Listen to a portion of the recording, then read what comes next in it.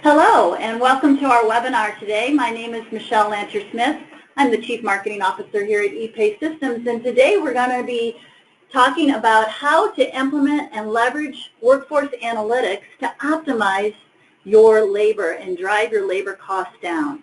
I am so thrilled to have with me a special guest with us, Anthony Lackey. Anthony has been in the building service contractor space for a long time, and he has worked for a number of companies in this marketplace, from ISS, Able, ABM. He's also not only been a CIO at these companies, but he's also been in operations. So he knows time and attendance. He also knows operations and what you can do to use a time and attendance system to really control your labor costs. Also joining me is John Gattayuso, our Senior Sales Engineer. Welcome, John. Thank you, Michelle, and thank you everybody that joined us today. Really appreciate it. And welcome, Anthony. Thank you, Michelle. Very nice to be here. Let me first start with going through the agenda, some things we're going to cover today, and then we're quickly going to get over to Anthony. Now, as we go, if you have questions, feel free to type in questions on the right side of your screen. There's a box and there's a question box. Just type them in. And as we go, and especially at the end, we will read those questions to Anthony and to John, because John's going to be involved here too, and we'll try to get to as many questions as we can. Now, as far as today, here are some things that we're really going to cover, and we are super excited to have Anthony, who is an expert in this area, be able to spend the next hour with you to talk about these very important things. First of all, we want to talk about some of the symptoms and issues behind time collection. What are some of the root causes that can cause a lot of issues out there? And then we'll move into the costly consequences and what that can mean for your business. You probably already know, or you probably already suspect, but Anthony is going to pinpoint them and really talk about what he has seen with his experience. Then we'll talk about how you can measure and report time collection compliance and how this can help you really generate an ROI, or quite frankly, said simply, reduce your labor costs and even bolster employee satisfaction. And then we'll move into really how to do this, what is optimal time collection, and then we're going to do a demonstration. John is going to show you a little demonstration of time and attendance, but really more about the analytics that our system provides and how that can help you. Let me just tell you a little bit about EPAY for those of you that are new to EPAY. On the next screen, or this screen, thank you, you'll see we are headquartered in Chicago, Illinois. We were founded in 2001, and our sweet spot has always been time and labor management. We work with clients such as ABM, ISS, even the U.S. Army, to help them track their workers in a very difficult environment, an environment where the employees are moving around from site to site, may not be supervised well because they're moving around. They're working at customer locations. There's not a lot of IT resource, not a lot of HR resource, but you need that visibility into exactly what they are doing. Are they there, are they not? Are they meeting critical posts and things like that that have to be done to meet your SLAs with your clients? This is the space we work in, this hourly, blue-collar, distributed space. It is the space we love and the clients that we have. And today we want to talk about our expertise as well as some of the consulting expertise that we have on hand that can help you really dig into these type of operational issues and how you can use time and attendance to improve your bottom line. We are very happy with the retention rates that we show. We are very proud of a 99% customer retention rate, and that's really because of not only the platform but the 24-hour customer support that we give every single client. But I don't want to talk a whole lot about EPAY right now. I'd like to turn it over to Anthony, again, who is been in this space, working in the building service contractor space almost all his career, in both as a CIO and operations. So welcome, Anthony. Thank you for joining us today. Oh, my pleasure. Thank you, everyone. I hope you find this helpful. I will say one thing about EPAY, of course, at ISS, we were a customer of EPAY's, and for those of you that are potential prospects on the call, Everything Michelle said is absolutely true. I lived it for 5 years, so good company. I'm going to kind of start at the top, and this sort of helicopter view is true of every time and attendance system, and it has its sort of roots in the reason why I'm going here is when we start talking about some of the problems, they're all going to reference back to one of these 6 boxes as a root cause. So on the left side, we've got the setup, and the setup includes, not only getting your time devices or methods set up in your particular site locations, whether they're calling in on a phone, mobile device, a clock, etc., but also in the setup of making sure that those devices are properly configured for the employees to punch in and punch out. In the settings area, and that's why I have the little brain in there, this is really where all the rules are controlled. And my experience, both when I ran a similar company to EPAY myself and as a user, that this area is really where a lot of companies fall down. They don't get their settings set up correctly, and it creates a lot of ripple effects. And lastly, having a schedule, which is certainly optional in the system, but having a schedule does help with time and attendance compliance if it's set up properly. Now, once you have the schedule, the settings, and the time devices set up, you're kind of ready to go. Obviously, those things change over time as you bring new sites on, or you change devices, or rules change in a union or in a state. Those things need to be adjusted. But by and large, once that is you got the green light, it's really the simple punch to pay process. And so I've kind of segmented this into 3 bits. It's just around collecting time, but it all starts and ends. Well, it all starts, I should say, with the punch process and making sure that your frontline employees are actually punching in correctly. Sort of secondary to that is your management team or whoever's looking at the time is doing that on a regular basis, making any additions or edits that might need to be made either for one reason or another. And then finally, at the end of the pay period, you've got maybe one individual submitting their time and another one approving it. You set up in a variety of ways in these different systems, or even in some cases, there's employees that are doing their submission and their managers doing the approval. But once that happens, of course, then that produces a paycheck. So those 6 buckets there, as we go through the next section, we'll be referencing back to those again. I'm going to talk about the 4 core symptoms of time and attendance problems, and I put them in this particular sequence for a very important reason. It all starts with the employees punching in. So if you have people that are not punching in and registering their time, it creates a whole ripple of problems. Now, we do have cases, as you probably know, if you use a system or have used any time and attendance system, where even though the employee or somebody did punch in with that employee number, their punch was not necessarily verified because maybe their fingerprint didn't match the pattern that's set up in the system, or they called from a phone number that's invalid, or they called on a mobile device but it was out of the GPS range. Those are considered invalid punches. And the time is actually not fully registered in terms of the hours being valid until somebody approves it. So that has an equal problem similar to missed punches in that there's no visibility at a top level to those hours in a job until somebody approves it. The third area where there can be quite a bit of problems is time correction. So, Department of Labor does not like this, but very often employees will inadvertently or purposely, which we'll cover later, punch in before their shift starts, not punch out for a lunch break that they took, or punch out late, hang around the clock for a few minutes, try to pick up some extra time, and a variety of other things where managers have to go in and make an adjustment and hopefully discipline the employee or whatever they need to do to make sure that behavior does not continue. So the third one is sort of time correction. It's kind of a no-no, but in some cases it's acceptable.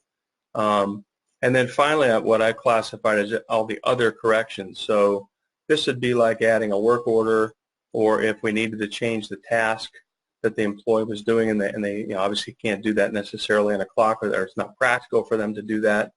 Or a case where they're splitting their time over several jobs, and it's just not practical for them to go back to the clock and clock in and out of one job to another. And somebody's got to go ahead and adjust that time to the extent it can't be done through settings, which in many cases it can, and that becomes a training issue. So those are the 4 key symptoms is really around the punch quality, who's punching in and out, are they punching in and out in a valid way? Does their time need to be adjusted, and does anything else that's going to ultimately affect the P&L for your business need to be adjusted in time before it can be paid? Now, all those things happen, and to the extent they do, they obviously create problems, which we'll discuss later. But this is the amplifier, if you will, and that is the manager review. So it's been my absolute experience that this is a management issue. In fact, I could argue everything on this page is ultimately a management issue. But at the end of the day, this one here is especially critical. So the area manager, area supervisor, department head, whoever's responsible for reviewing time for these hourly employees, if they are not looking at their time on a regular basis, and in best practice that we've had at the companies that I've worked with, the best practice and the recommendation for a variety of reasons, which I'll discuss later, is they should be basically reconciling their time from the prior day every day and addressing issues with the field folks that are failing. Unfortunately, a number of these folks don't have the discipline to do that. Nobody's pushing them to do it. And so they wait until the end of the work week or the end of the 2-week work cycle and finally open up their time and attendance system to review their time a couple of days or the day of payroll, even worse. And as a result, that makes all the problems from missed punches, invalid punches, time correction, and any other adjustments that might be needed worse in terms of the outcome. And we'll discuss that in a little bit. But that's a critical part of this whole process, is this time review. So the first on the list that I'm going to cover is missed punches. And so that's obviously when an employee doesn't punch in or punch out. I've got those 6 boxes up here so I could point out, and I'm going to move through this pretty quickly, but there are cases where an employee just simply forgets. They may have come in through a different entrance in the building, and their supervisor pulled them over and get them to start working, and they plan on going back to the clock, and they don't. The 2 that are highlighted in white are probably the ones that bother me the most as an operator, and that is employees intentionally not punching in or not punching out. And it's not just the employees that are doing this, and very often it's the supervisors that are trying to, create favor with their employees to tell them, and we have plenty of examples of this in the companies I've been in, where they're permitted. They tell them, you know what, don't punch out today. We'll go ahead and pay you your full shift. They leave 45 minutes, half hour, 2 hours early. Those are a problem. And of course, there's also cases where they simply can't punch in, and when they can't, we generally look over at the setup side. So perhaps the employee hasn't been set up yet in Blue Force. If you don't have an interface pushing it in, maybe that setup hasn't been done, or there's something else preventing the employee from actually punching in because they simply don't exist, or they're not set up on the right job, meaning they're authorized. And then finally, we've got cases where they can't do it because either the time clock maybe is inaccessible because it's in the janitorial room and the supervisor locked the door, or it's inoperable. Every once in a while these systems have a little glitch regardless of who the provider is, and so the employee obviously can't punch in. But in my experience, for the most part, most of the problems happen up in the area of the forgot, intentional, and permitted, more so than system issues. And when you look at the number of missed punches that most companies have, it's startling how big of a problem this really is. And you'll see the impact of that here in a little bit. So that's missed punches. That's basically when an employee there forgets to punch in and out.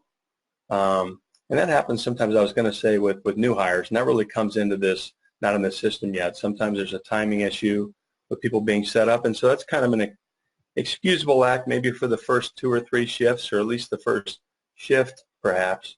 But I've seen cases where we've had new hires that didn't get registered, set up properly in the system for a week or 2, and some folks that have just punched manually for a very long time until we finally started measuring this and driving behavior change to understand why that was happening and stop it. But so that's missed punches. And the other side, of course, is the guy punches in but forgets to punch out. And we'll talk about that in more detail later, but you see plenty of startling examples where everybody had no problem punching in Monday, Tuesday, Wednesday, Thursday, Friday, had no problems punching out Monday, Tuesday, Wednesday, Thursday, and all 9 employees forgot to punch out on Friday. Interesting. Anyhow, and that's the kind of data we're going to talk about that really helps us identify these behavior issues, so we can improve the bottom line. Of course, all the mispunching stuff gets improved with one element of the setup, and that is if you have an active and current schedule, particularly with the employees in there, it helps reduce some of the risk and problems with mispunches, because other folks that are involved in the process can actually see that somebody was supposed to be there, as opposed to, Sally. Who's Sally? I don't know. So next I'm going to talk about those invalid punches. And so same framework. As I mentioned before, this is when an employee's fingerprint doesn't match, their face recognition for one reason or another didn't click this time, you know, or GPS, etc.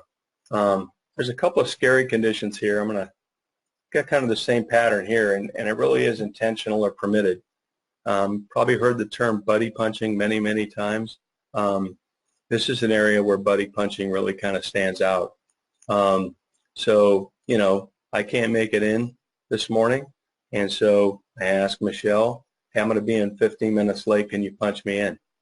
And you know, I know the supervisor is going to be up doing rounds or with the customer, so it's not a problem. I know I can still get all my work done, but I'm running late. You know, or vice versa. I said before, the supervisor says, "Oh, go ahead and punch him in. That's fine," or they do it, or the supervisor actually does it. And of course, there's also the same sort of enable component. You know, perhaps they have not had their biometrics registered yet by the supervisor. The valid phone number for the site that should have been set up hasn't been set up in the system yet, so it looks like they're calling from an invalid location, or the GPS coordinates are not set up right, or the GPS range is not set up right, and it looks like this employee is calling off site. One of the challenges I think with invalid punches, as I've seen, is the managers that are supposed to be really policing this by and large, it just becomes a perfunctory sort of just a check the box, and they don't do any research. And very often we have people that are absolutely stealing time through invalid punching. And then finally, you also have the issue of potentially inoperable or inaccessible devices that could affect an invalid punch. Maybe the phone GPS wasn't working, etc. Time correction is the next one, and this is an interesting one. So this is when an employee's hours need to be adjusted up or down, and it could be just an absolute simple mistake that they you know, they punched out by mistake early and then they had to punch back in, you know, or they forgot and they were supposed to wait until 5 minutes of 8 to punch in, and their clock was off or whatever, and they punched in, they didn't realize it, or they were lollygagging around the clock afterwards, BSing with somebody, and they forgot to punch out. You know, there's a lot of honest people, but there's also a lot of people, and there's been plenty of studies on hourly workforce, and a super high percentage of people, it's sad to say, will take advantage of that. Sometimes time correction is also a practical issue. You know, it may be if you're in California, you got to go punch out the clock, and you're in a 40-story building. You know, it's just not practical to go down there sometimes, especially if you're tight on your schedule, and so that happens too. So the stuff in black is, I guess, somewhat understandable.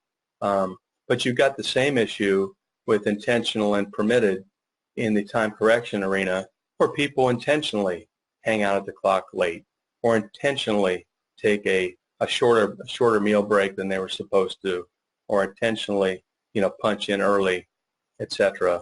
And then we've got the same issues. Now this one in particular, when you got to do time changes, I would say the setup is probably the most critical thing here. To make sure that we do not have to do this and we do not have to touch it. So, you know, making sure that the meal break rules, if you've got piecework employees, I didn't want to list all the different settings here, but there are, you know, literally dozens of them. And if they're set up correctly, I have not seen a condition in a labor union across the entire country where the rules could not be programmed properly to address crazy conditions of, if I work on Saturday between 2 and 5, I get overtime, you name it. But this is where a lot of time is spent by folks, and they just keep fixing it. period after period, and very often make mistakes, of course, simply because they're doing it manually, as opposed to getting the rules set up properly in the time and attendance system to prevent that from happening. Other corrections, well, kind of a similar thing, but this is really also a rules thing generally, but sometimes it's a mistake. There's also an impracticality. So a good example of that might be you've got to you got 6 jobs you're working at, and you're not going to go punch in at each job. You just punch in at the start of your shift, your end of your shift. It's just not practical to set up a time clock in each one of these small sites, and so they do that now. There's simple settings that would allow that to happen automatically, but some people don't do that. You see managers in there every work week splitting that person's time across those 6 jobs until you let them know. And of course, the unable part also comes back to settings. Maybe the payrolls weren't set up correctly. Is the employee authorized? Maybe they're trying to punch into a job they don't have authorization to. They're trying to get they need to put their time against a work order, but the work order hasn't been set up yet, or was set up for a different date range, et cetera, et cetera. So there's a mix of this, but it's all comes back again to management of the process, management of the team, and holding our employees accountable. Now, so those are the 4 symptoms. I'm now going to cover those 4 symptoms and discuss the problems and consequences as we move through this. So the first one, which I've talked about a little bit, which is wasted time. The dots are larger. The larger dots mean they contribute to more time waste than other bits. But every one of these things, whether it's a missed punch, an invalid punch, somebody has to go in and correct somebody's time or give them the extra 15 minutes and let it go, which is just as bad, or any of those other corrections take time. Now, depending on who's doing this, if it's your operations staff, you're going to get a real sad face. If it's your administrative staff, they're probably happy to have a job, so maybe they're not so sad. But everybody wastes time in this process, from the person on site that has to relay these exceptions to the person wherever they are that might be making the fixes, to the person making the fixes. And the bigger the problem, the more time they have to spend, and the more frustrating it is, actually, because you still end up with a lot of payroll problems when you're dealing with all this. The second one is cost, the expense of paying for non-worked hours. So on those missed punches, I can tell you there's a lot of times people, as I mentioned before, leave early, leave late, aren't working at all, but they have some relationship with the supervisor, aka ghosting. There's so many examples of this, it's unreal, but it is real. So those invalid punches, same thing, that's the buddy punching, and then the time corrections, etc. Those that get missed, we're overpaying the person. They're not working. They were just hanging out the clock. Big numbers there. That's on the bottom line. There's been so many studies that have been done on buddy punching, ghosting, and time theft. There's no question. And in the distributed hourly field services business in particular, it is a significant issue. So unexpected labor cost overruns. And I'll give you one example of this, and that's why missed punches is highlighted more than anything else. You've got an employee that normally works Monday through Friday. He's punched in Tuesday through Thursday. He's not supposed to work on Fridays, let's say normally. So he's got 40 hours on a 4-day shift Monday through Thursday. But another manager or someone in the area that needs some help sees that he's only got 32 hours this week and books him for Friday. And he doesn't say anything. He's happy with the extra time. And it turns out that, he didn't punch in on Monday and nobody corrected his time. And so all of a sudden we've got an overtime expenditure that we didn't expect. Worse yet, management or anybody else that's looking at this at a top level has the same problem. There's no visibility into how that job is really running if some of these hours are trickling in the day before payroll. And then all of a sudden you've got a big surprise. Overtime is just one of them, but it's also cases where there's been scope changes in jobs and we were supposed to cut hours and We don't realize that the hours weren't cut because all the time's coming in manually until we're a week and a half into payroll. And now we got 4 extra people on the job that were supposed to be let go, or moved to another account or whatever. So all that stuff creates a real problem.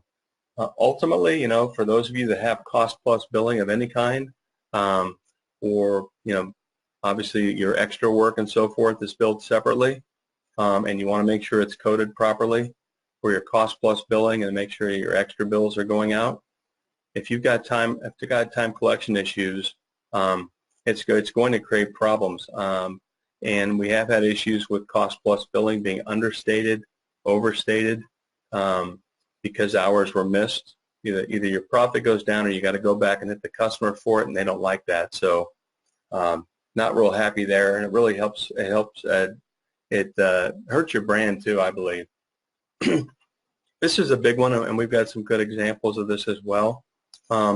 I can tell you what, the worse all of those 4 things on the left are, particularly when you incorporate the review lag, the more likely it is we're going to end up shorting pay as well. We're having to touch people's pay off of manual timesheets or off of verbal confirmations or whatever documentation we're getting, and you've got humans putting this stuff in, there's going to be mistakes.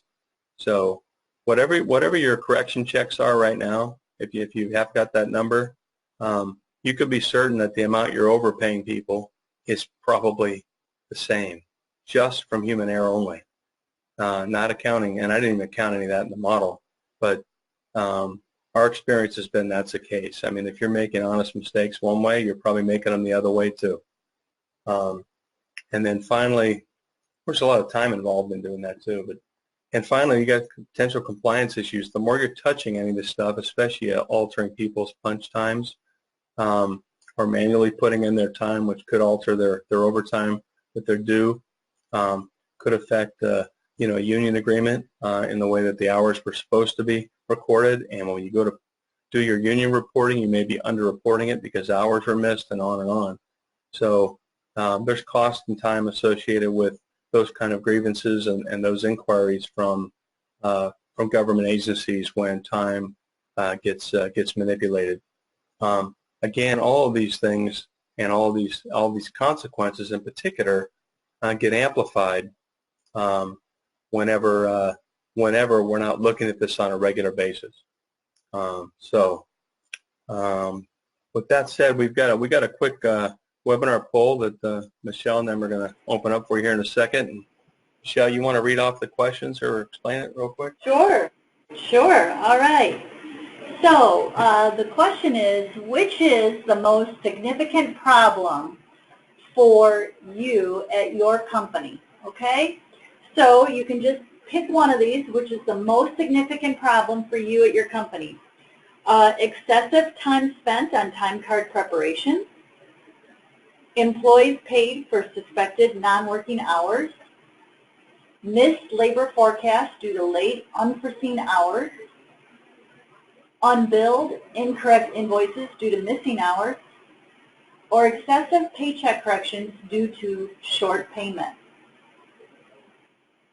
So if everybody could select one. All right. We got about a third of you voted, so here comes the votes. They're coming in.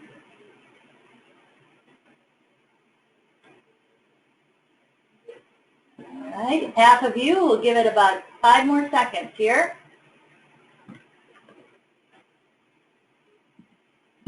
All right. Let's go ahead and close the poll and see what we have.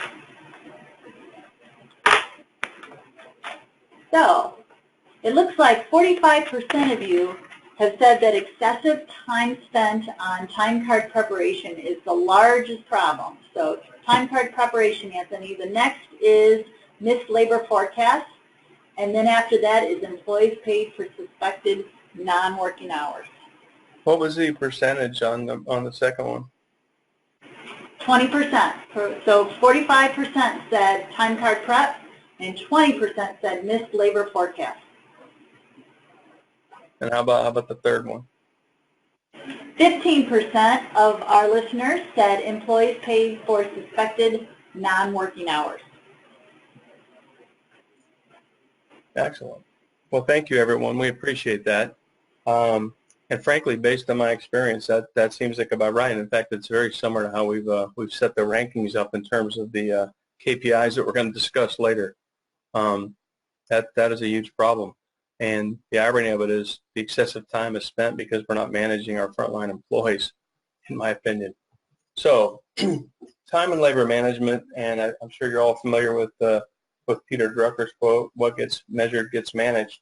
You know, my opinion, frankly, having been around the time and attendance space and seen all the products for a number of years, is this is a topic a lot of people really don't talk about. I think it's just become accepted that you've got to go in there and muck around with this stuff, and everybody just gets, well, this is just the way it is.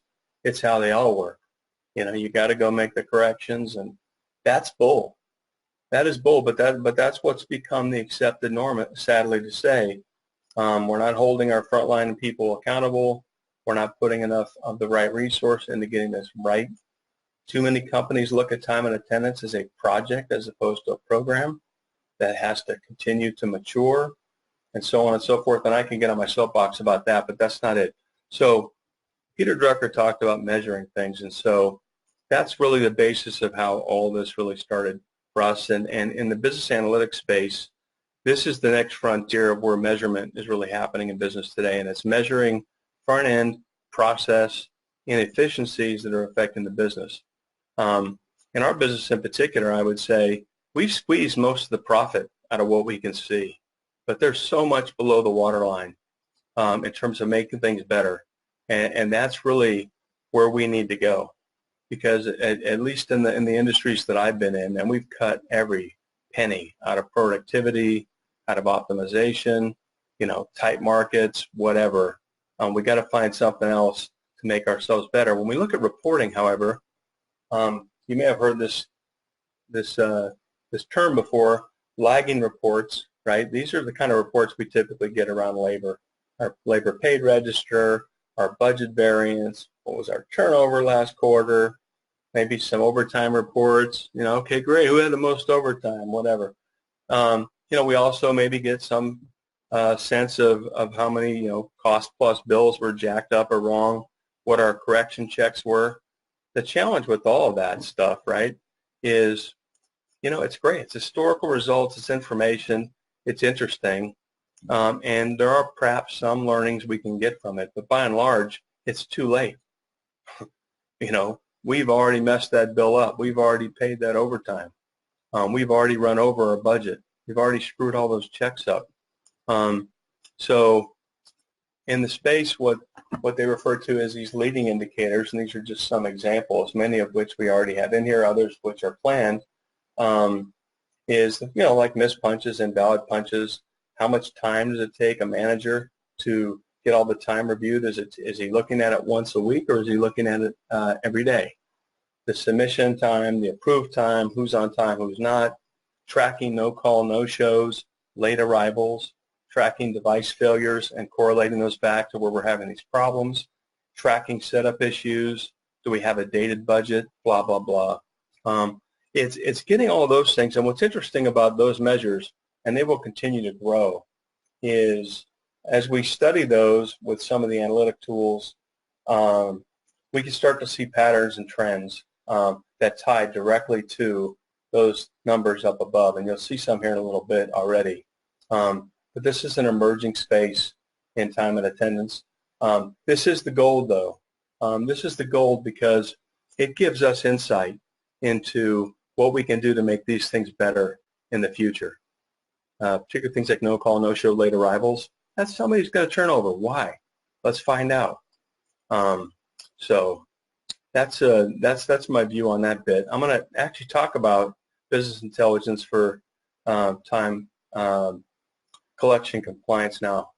So first we look at the data, and these are the same 5 things that we've been talking about: missed punches, invalid punches, punch edits, review, and the submit and approve process. So, you know, these are just data bits, though. And today, if you're in a good time and attendance system, the operator, they can see all the colors on their screen, they can see what's bad.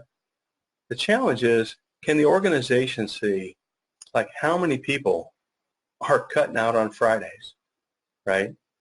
How many people are having unusual problems with GPS when other people on a job site seem to have none? And things of this nature. That's what we want to be able to see, is to see those patterns. So with business intelligence and the dashboarding that we are continuing to evolve, we're turning all that data into information. And there's really 3 bits to the current form that we're putting together. Probably the more core one is we're measuring some KPIs, which I'll discuss in a second. We've got trends, rankings, ratios, and all that beautiful stuff.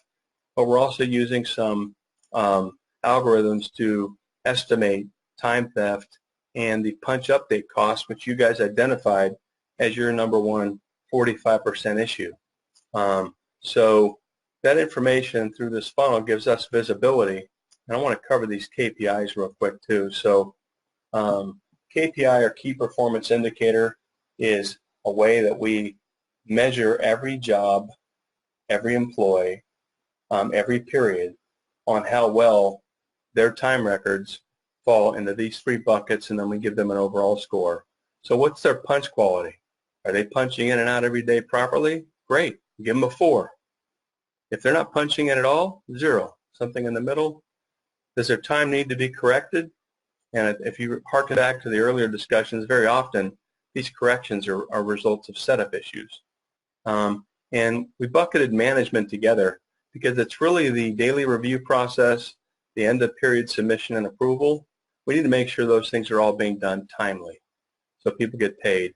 And then we've got a 4th KPI, which really is a weighted a weighting of all of these kind of put together in one number, making it easier to look at a job or an employee or a branch, or a city from the top down, and get an idea of how that overall area is performing, to be able to determine which one of my managers maybe needs some help. Ranking my managers, who's doing a better job. So all of that gives us insight. And so what you really get from this is what problem are we having, where are we having it, when are we having it, and who's responsible for it, who's making those changes, which employees are not punching in, which jobs are leaving early on Friday and why. Obviously, as I mentioned before, the KPIs go from worst, which is a 0, just like back in school, your GPA, if you will. And so the opportunity when you get this as a business, right, is most new companies are probably sitting, and maybe even people that have been on the system a long time, on a system that either doesn't have any of this information for them to see, or it's in there but it's hard to see, or their management's not paying any attention to it because they didn't realize the impact on time theft and the amount of time it's taking them from their team to be able to do this stuff.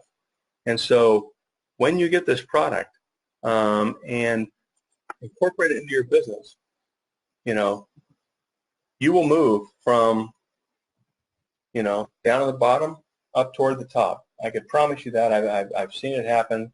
It takes some effort. It takes a commitment. But the tools help you do it, and the rewards are significant, I have to say. They really are, the amount of time you can save. I've seen data across a number of companies, and it's a material difference from one company to the next. So my next slide, the consequential cost. So I just thought I'd bring this one back up kind of as a reminder, but we look at, these are all the areas in the setup as well as the punch to pay process where we've got issues. Sometimes it's the employee, sometimes it's the manager, and also the manager's not making the employee do their job. That's a different problem, but they're laggard. Sometimes there's some device issues, sometimes there's setup issues. All these things, every one of them, are our responsibility as a customer. Now, obviously, the vendor has to make sure that their devices work and so on and so forth, and that the system functions properly. But at the end of the day, I will tell you, having used EPAY in particular for the last 5 years, no system issues at all. We've had some device issues every now and again. Phone in once every blue moon has a problem, But as far as settings and the actual day-to-day performance, never been the blame. It's always come down to this and setup. But we put in a rigorous process using these tools to improve our setup over time and to train our people as well. You see a lot of bad behavior when you start looking at the data. You pick up the phone and they go, oh, I didn't know you could do that. I didn't know you could set up an auto rule for splitting time. I've been sitting here like an idiot for the last month every day, spending 15 minutes splitting Bob's time. You know, I missed the webinar. Well, this information will help you find those people that missed the webinar and make sure that they do get the information and they stop wasting their time. Those KPIs I mentioned, I'm going to show you an example here. So in a few of the companies that I studied, we got all their data, and this number here represents the overall KPI, and broke them down into 3 groups. This is kind of the real turds. These are kind of the middle guys, and these are the best in class. Almost a 4.0. In school, this would have been like a C+, or yeah, B minus, beg your pardon. And this guy here would have been a D. I never got one of those. Michelle got a bunch, but I never did. So when we look at those, each one, and so what I'm going to do is I'm going to talk about this first item, which is really the amount of time that we waste, right? And how that looks across these 3, same business. These are all the same business. In fact, these are actually segments out of one company. Segmented the business into these 3 classes so we can look at them. So the amount of management time, and as I mentioned before, which could be, you know, your administrative staff, a little bit from the site folks, your operations management folks. If you were running with KPIs in the D range, it's costing you 17 cents per hour per frontline worker hour for those managers to spend time touching payroll. You improve your score up to 2.7, you cut it down to 7 cents per hour, and you get it down to 2 cents per hour if you're running best in class. I mean, there's got to be some work you still got to do, because there's always going to be one exception here, the new hire that doesn't come in a little bit. These companies that are operating up here, or these branches, if you will, and the ones that I looked at, you know, they've got good management. They're doing all the right things. They hold their people accountable at the site, but they also use the dashboards rigorously. Time theft. Talked about time theft quite a bit. You know, according to so many studies that have been done, I mean, Nucleus Research, 2.2% gross payroll for buddy punching. Robert Half identified another 2.5 to 3% for people leaving early. You know, that works out for a full-time employee. That works out to about, I think it was 25 minutes or so per. But what's not in there also is the long breaks and lunch and whatever. So using the modeling that we have done, if you're running at the top level, you can cut that number down significantly. That means everybody's punching in properly. If you've got kind of a mediocre score, you're probably hitting a little bit higher than the numbers I just quoted. But if you're really crapping the bed, and you're just not managing your time at all, and your managers aren't paying attention to anything, because these numbers are actually hyperinflated based on the latency that managers are looking at them. And so that means each employee is stealing an hour and 50 minutes. This is a 40-hour-a-week employee every week. This is just under an hour. This is 5 minutes. And these numbers have been validated with the company that I did this study with as being reasonable based on when they have caught things, the patterns have been similar. Non-billable overtime. So the better you run your time, the less overtime you're going to have. And this has been a promise from time and attendance systems for a very long time about how they say they're going to save us time. And I can tell you what, particularly when I ran that company for a few years, most customers, and I'd say probably, I mean, at the former company I was at, I would say 95% of them, and these were all security companies, believe it or not, which should be a little more attentive to their time than most other companies. But they weren't. They had a lot of same bad behaviors we're talking about here. And most companies just did not use the system the way it was intended to be used. This will help you guys do that, because you'll see where the failures are. But this is a real number. This is from real data. The company the branches that had these really high scores had the lowest overtime. You move up, and the ones that were failing had the highest overtime of non-billable overtime, preventable overtime, unexplainable overtime, whatever you want to call it. Stuff that shouldn't have happened. But, you know, I've got to tell you too, and at least my operational experience with this generally, is the people that are sitting here, whether it's a job site or a project or a branch, are typically the same people that are failing on their health and safety training, that are failing on customer visitations. This is a management issue. It really is. But in the time and attendance space, it's been very difficult to even see that and correlate that to anything.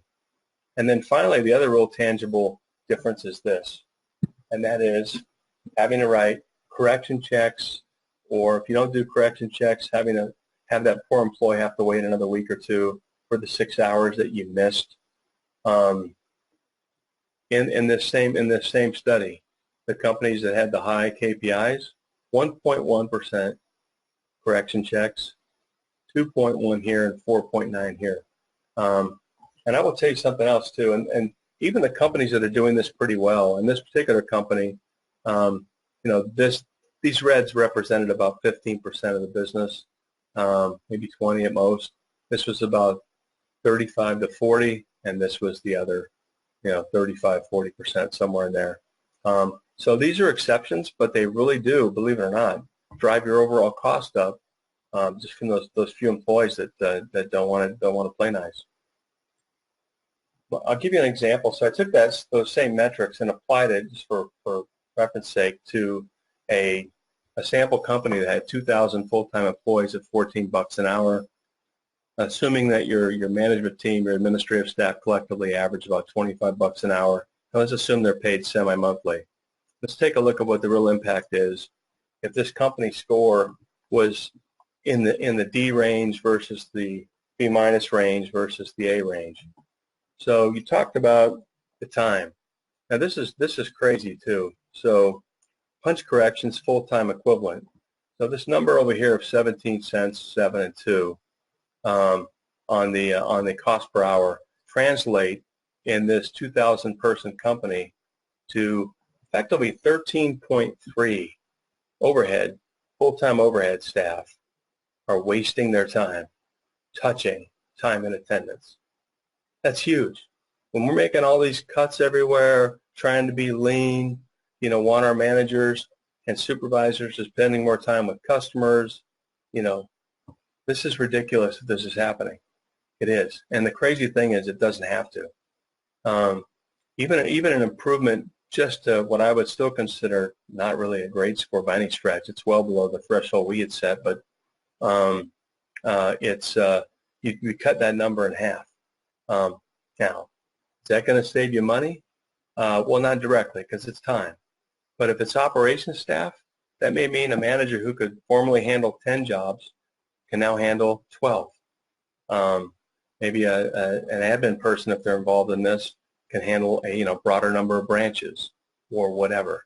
And then when you reach the nirvanic state, I mean, this is virtually nothing. This is pretty much time and attendance running itself, and which is how it should be. I mean, the reason why grocery stores put in automated checkout counters for people to go in and punch their own groceries is because it saves them money.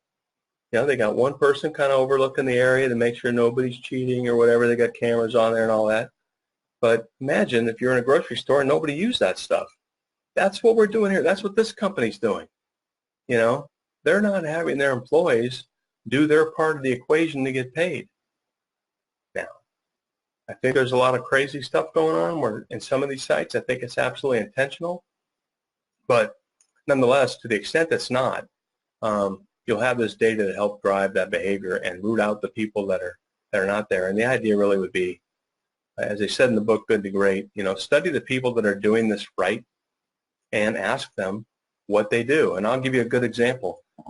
When we first started using this process in my former company, there was a fellow at the top and he stayed at the top the entire time. Employee doesn't punch in, write him up. Doesn't punch in again, fire him. People are afraid to do that. But guess what? Once the word got out in his area that was being done, no problems anymore. It was not a ripple effect where everybody was going to quit.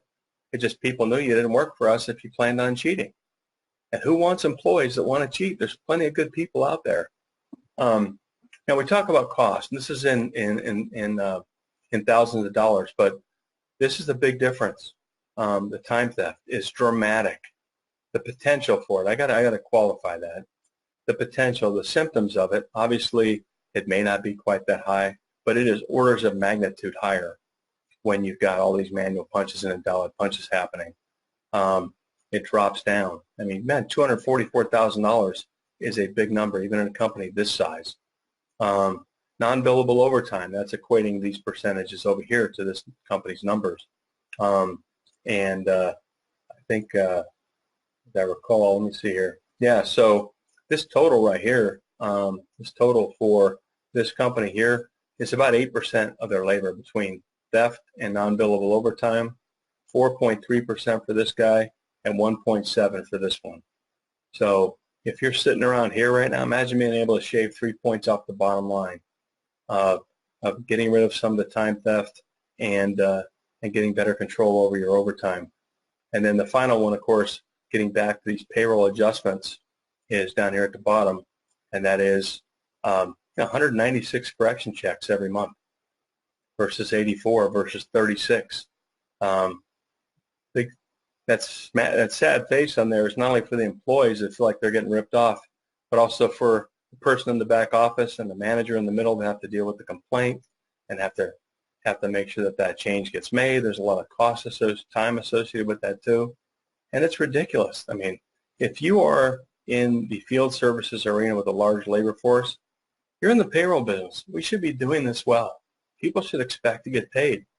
And most of our employees in this business, particularly the ones that use EPAY, right, are blue-collar people that depend on their paycheck every period. And imagine, I mean, that's a lot, right? That's basically, what is that, 200 out of, it's 10% of the workforce is getting at least one bad check every month. Ridiculous. That's where these guys are. But the last thing I'll say on this one is everybody wants this. Everybody wants, I don't know if you can see my cursor, I'm not sure how this thing works, but I'm doing the cursor on my other screen, but effective labor management, I mean, that's a nirvana. Everybody wants to be able to have that, where am I at right now, be able to tell my boss, hey, we're going to come in under budget, not have any surprises, and so forth. And people put in all kinds of reporting and things to try to do that. Guess what? It is impossible to do if you don't have effective time and attendance. It is absolutely impossible to do if you've got hours trickling in from 11 days ago and 7 days ago and 5 days ago and 3 days ago. If you don't get your managers in there or we're making sure time from yesterday is accurate, then you got a very good shot, accurate and complete. So having a really good setup where we got all the rules so nobody has to touch anything, and we stay vigilant on that, using the dashboards that I spoke about to identify when those things creep up and jump on them and fix them. Holding our employees accountable to punching in and punching out every day, holding our managers accountable to reviewing it every day will provide us accurate, current, and complete time, which feeds into the labor management side and becomes the essence of being able to then have your labor dashboard where now you can review your labor as of yesterday and its impact for the entire month against budget and your variances, and most importantly, as a business, be in a position to make adjustments moving forward. So in the period, if you ran over the first 2 weeks of the month, you've got an opportunity now and you know exactly I need to cut 11 hours between now and the end of the month, and you can see that every day until it's gone, and so can everyone else. And so it also gives you the ability to make sure your budgets are correct and everything. There's so many other benefits to doing that, but the critical part is I've talked to so many companies that want this. They don't get it. It's impossible. You're always going to be looking through a rear view mirror until you get this. And EPAY can help us do that. And I think next we're going to jump into the demonstration with some of the tools we've got today and some others that we're working on and will be coming out shortly. So, John, it's all yours. Anthony, thank you so much for giving us that information. It's awesome to see. Very helpful information. I know it's very insightful to understand how these different KPIs can help businesses be more efficient, help with labor costs, and help reduce those labor costs from a time and labor standpoint. And what I'm going to do here is we're going to actually go into the demonstration now. So as we start looking at the demonstration, we're going to log in. We're going to go into that KPI dashboard so that we can see that information. We can start to understand how do we look at the data and how do we use that. So as I come into the KPI dashboard in here, I come in and we're going to select a group of locations that we're going to be looking at. And now I can start to see how are we doing overall as a company, right? Am I achieving my goal of where I want to be? So my blue is my actuals, red is my where I want to be, right? And those can be based off of different number of different factors. We can do industry standards. We can base it off of what you tell us you want it to be. We can base it off of historical data as well. The key in here is to be able to look at the data and start to identify where those problems are along with who's doing well. So I can look at how often there's punches that are being changed in terms of time. I can look at how quickly somebody goes in and makes corrections. I can see, do I have a high rate of exceptions as well as do I have a lot of manual punches that are coming into the system? Or am I going in and am I changing the employee's rates from the timesheet standpoint, right? All could be issues with either setup, could be issues from a training standpoint, could be issues with just people not doing the right things at the right time, right? If I look at that exceptions in here, I can see that my main office has 100% of the punches coming in as exceptions. First thing I'm going to do is I'm going to call the manager of my main office to find out what's going on here. Why do you have so many exceptions in the system, right? And I start looking at others. I see others have 0%. Soldier Field had 6.67%. I can start to identify where those problems are because the system is letting me identify that in here. Because when you think about it, if I have to look through 1,000 punches manually with an eye, am I really going to pick up on trends? Probably not, right? So the system is picking up on what those trends are because it's helping identify, hey, there's an anomaly over here. What am I going to do with that, right? The very first thing is I'm calling that manager and finding out what's going on. Next thing that I'm going to be doing is I'm going to be going in and I'm going to find out, well, which employees are actually causing the trouble, right?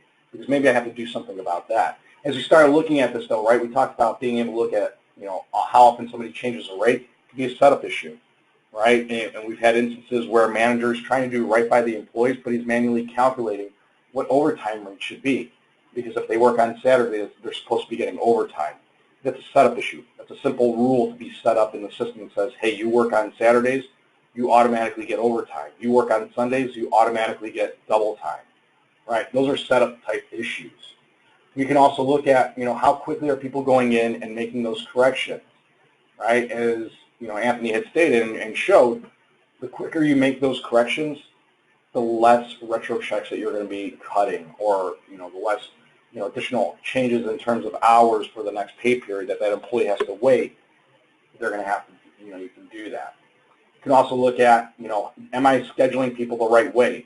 Do I have a very large overtime percentage of hours? And if I do, that's a problem.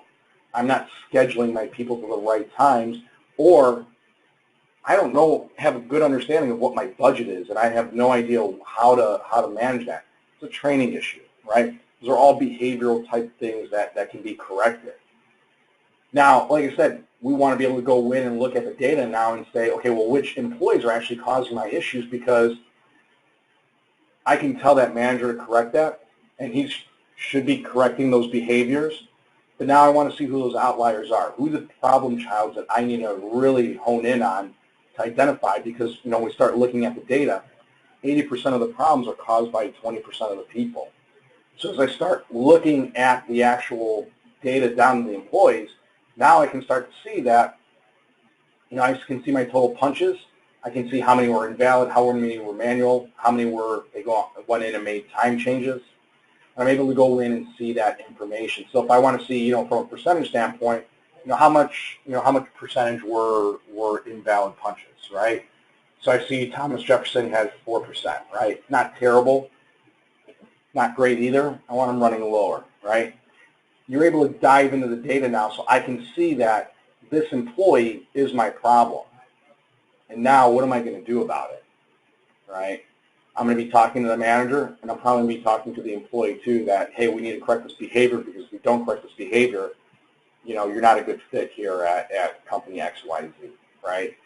But you can see that information in here, and I'm just looking at the current quarter here, right? I can look at it for an entire year's worth of data, right? So you have the ability to go in and dive into that data to really start to identify your problem childs, right? And when you start to find that, you start to correct those issues.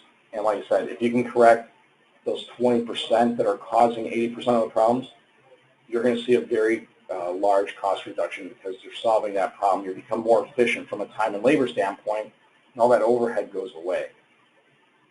All right. So now what we'll do is we'll take it down to see if there's any questions, and I'll go from there. Great. Thank you, John. And Anthony, thank you so much for giving us all that great insight and sharing your experience and how we can really help companies control their labor costs by just really digging in and understanding what's happening at the site and having these tools to be able to do that. Thank you so much for joining us today, Anthony. Of course. You're welcome. Well, what we're going to do is when you exit out, you'll get a short survey. We'd like to know a little bit about what you're thinking and if you would be interested in talking to us further. Some of you on the line are customers. Some of you are not and might be considering joining the EPAY family, the EPAY community. Everybody that attends will receive the slides and will also get the recording. But for those of you that would like to learn more and get some more details, if you're a current customer, please reach out to your account manager, as I'm sure if you are on this webinar, they will be reaching out to you, and we can give you a customized demonstration. We can even give you a glimpse into what your data looks like, and then give you a customized demonstration. If you are not currently a customer, just let us know when you fill out the survey, and we'll be in touch, and we'll get a customized demonstration of our full suite. We are a human capital management provider. We have a full suite from applicant tracking and recruiting through HR and onboarding, time and attendance, payroll and performance management, and learning management. So we do have a full suite to offer you in addition to our well-known time and labor system. Another thing you might want to watch is coming out, we are launching in later this month, is our Human Capital Management Analytics, which will include HR analytics in addition to the workforce analytics that Anthony talked about here today. So again, thank you so much for joining us this hour. Anthony and John, thank you for your time. And at EPAY, we would like to be your human capital management provider. Until the next time we talk, have a great rest of your day. Thank you.